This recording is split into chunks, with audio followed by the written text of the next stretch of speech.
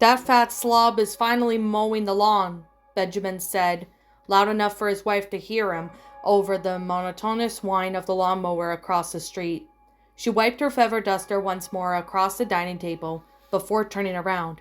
I wish you wouldn't give him such a what? Benjamin blurted out. Speak up, dear. You know what I have a hard time of hearing. Selma absent-mindedly tossed her feather duster onto the table, wincing out the dust and puffed out in the air, and began to settle back into its smooth cherry finish. Oh, look what you made me do, she mumbled under her breath. What? Benjamin repeated. You're quieter than before. How am I supposed to hear you when you peep like a baby chick? He withdrew his hand from the blinds and headed off to the corner of his den. He wasn't nearly as hard of a hearing as he let on, but he found it a great way to draw people closer. Sir, it was the handy trick he used quite often before retiring, and it was just how an old habit that used to refuse to die. Selma left the dining room and shuffled over. I know, dear, I know, she said in response to the impatient look her husband leveled at her. She placed her hands on his cheeks and gave him a condescending peck on his heavily pitted Roman nose. I said you shouldn't give him such a hard time. Jacob is doing the best he can, and that's all any of us can do. Benjamin grumbled and slided past her. Why shouldn't I? And how would you know that? Well, she said, sighing as she watched him over the lower bones into his lounge chair with painted grunt. Nancy says he's godsend. Comes all the way across town looking whatever he has a chance. Benjamin laughed bluntly, grabbed the newspaper from the end table, and opened it to his favorite section. Yeah, he's a real angel. Visits about as much as our own son. The man has kids old enough to do yard work. If you think he's too fat to do it more regularly, then why doesn't he send over to cut the neighbor grandma's lawn, huh? Chop down those 3-foot tall weeds while they're at it. Selma gently slid onto the couch and looked crossly at her husband. It's not what any of really our business, is it? And shame on you for bad-mouthing your son. You know Seth hasn't been himself since... Yeah, he said, cutting her short. Seth and Sarah sitting in the tree, Kissing. I warned you both of her that one. From the moment I set eyes on her, I knew she was nothing but trouble. It took a while, but she eventually showed her true colors. Blows up a 16-year marriage for some guy she met on the internet. I didn't even know that was a thing, if you ask me. Selma cut him off. Nobody is asking, dear. And with one smoldering glance, she stood up and walked out of the den and back to her feather duster. The old man, looking a bit coward, turned her eyes in his newspaper without a single grunt or grumble. He knew when he was about to beat. Just then the mouth-watering aroma of roasting pork caught his attention. He inhaled the wonderful fragrance of garlic and rosemary, wafting around the kitchen while he scanned the orbits in search of any familiar names. And that, he thought, fanning the delicious scent towards his nose, is why she wins all the arguments. Just then a deafening scream cut through the neighborhood like an air-raid siren, replacing the white noise of the neighbor's lawnmower. Benjamin, always a man of action, sat up and propelled himself to his feet. Dodging past the coffee table with agility that belled his age, he made it to the window and drew up the blinds with a quick tug of the cord. He stood there still as a statue, staring across the street until his wife's voice brought him back to reality. Benji, what did you do? Benjamin turned and walked to the coffee table. He placed his foot on it and pushed against the couch with a grunt, reaching his hand out defiantly and said, They're playing our song, babe. Come on, dance with me. Oh, Benji, you promised, Selma said, but took the look on her face more sympathetic than disapproving. I know, dear, but I've just been so damn bored. Tell you what, dance with me until he passes out. Then I'll call 911.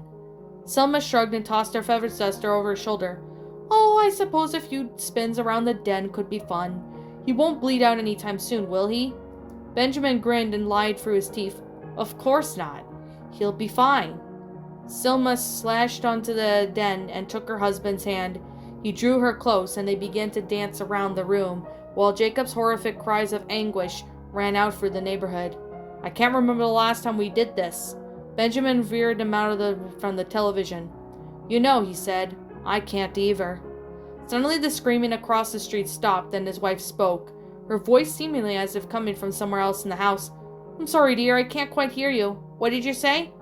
Benjamin blinked. He was standing right in front of the window, peering across the street at the middle-aged Jacob, lazily pushing the lawnmower across his mother's front lawn. He let out a sigh and slumped his shoulders. "It's not important, dear. I was just daydreaming." Selma quietly come up from behind him and rested her hands on her hips. She rose to the balls of her feet and peered over his shoulder. "You didn't tamper with the lawnmower, did you?" she asked jokingly. Benjamin let out another deep sigh and said, "Of course not. I've put that old life behind me. Besides, the old fat slob may be failing at it, but at least he's trying to do the right by his mother, if you can call at least the amount of effort. Oh, never mind." Selma drew closer and rested her hand between his shoulder blades. She hated seeing his vigor and zest for his life slipping away more and more with each passing year. Sure, they weren't spring chickens anymore, and at the time to retire comes to who live long enough, but she hadn't expected such a steep decline in her Benjamin's strength of will. She had mentioned dozens of hobbies he could try out, but all of his suggestions were met with the extra-large proportions of snark and flat-out refusals. Golfing? I'll admit it's not a bad ploy for getting a target, relatively remote area, but it's such a boring sport.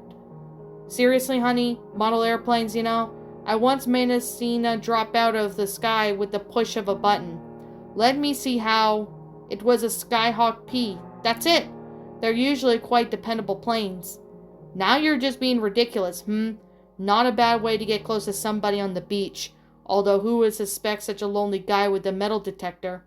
Right, my memoirs? Now you've gone and done it. Now damn, well, the hell I can't. Well, it would be a bestseller. Of course I never lived to see it on the shelves. She knew for all she really wanted to do was work, since Benjamin retired. The more memorable jobs he had regaled with her over the years started popping into her head, and strangely fitting moments into her day-to-day life. For an example, the time he staged gas oven death came into mind earlier when she was prepping the pork loin. It got to her thinking about their first year of marriage. He was always a lot back and then barely said a word about his work. She never had any reason to question his time away until she found out what appeared to be lipstick on his shirt collar. The argument she assumed she might be stepping into this was immediately squashed when he sat on the end of the bed with a straight face. "Honey, that's not lipstick." That night, he told her what it actually did for a living. She believed every word of it. The trips away, the sincere secretary, the lack of work and friends, all the phone calls taken from another room, suddenly made sense to her. The strange thing about it was that she didn't feel an ounce of fear or revulsion for one of those single sound. She actually felt closer to him at any moment, at any point of their courtship, wedding day, or at least the first time they made love. After that night, he was never sexier in her eyes than when he came home from the assignment. He would step into the house, and she would see how badly he wanted. No need to share a very grisly detail with her. Once their son came along, keeping their hands off each other was until he was put to bed, became an exercise restraint.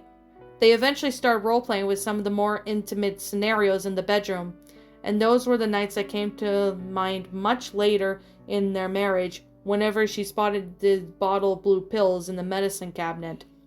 But now so much of the passion had carried on to them into old age and gone belly up. Her loving husband had turned into a grumpy old man who sat around complaining about everything and everyone. Once the tireless man who never met an obstacle he couldn't surmount had become his own roadblock. Selma had begun racking her brain for a long time trying to figure out how to bring back the Benjamin of old, but she had run out of ideas. It was until she recalled a quote she often recite for those who often have money to spare their lives. No amount of riches can satisfy the man who truly loves his work.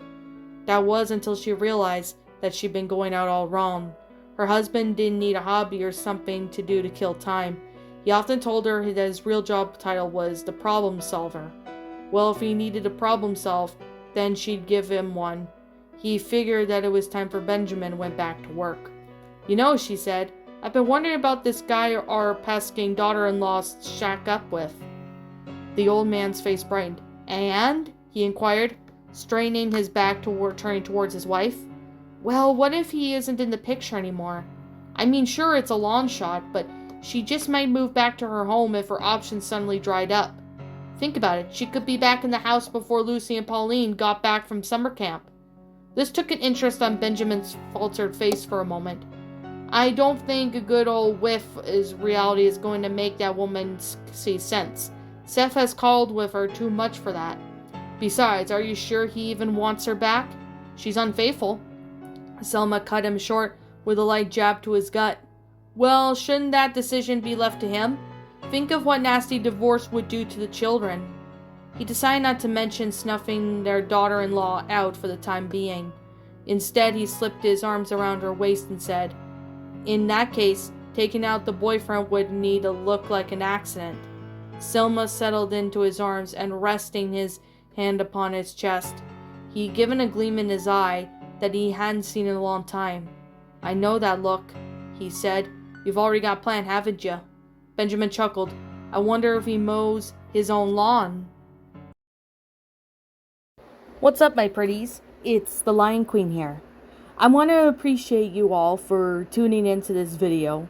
And I do appreciate you guys supporting my video by giving this video likes and stuff. If you really enjoyed this video, be sure to leave a like, comment and subscribe if you're new, ring the bell for notifications to when I upload so that way you guys will get updated for whenever I upload. If you want to follow me on Twitter or DeviantArt, feel free to leave a follow on those if you are interested in following me on those socials. If you want to support my backup channel, known as Ms. Dark Shigo, feel free to subscribe to it, as a link to that will also be in the About page section. And with that being said, and that being the case, thank you so much for watching, my pretties, and as always, please stay pretty.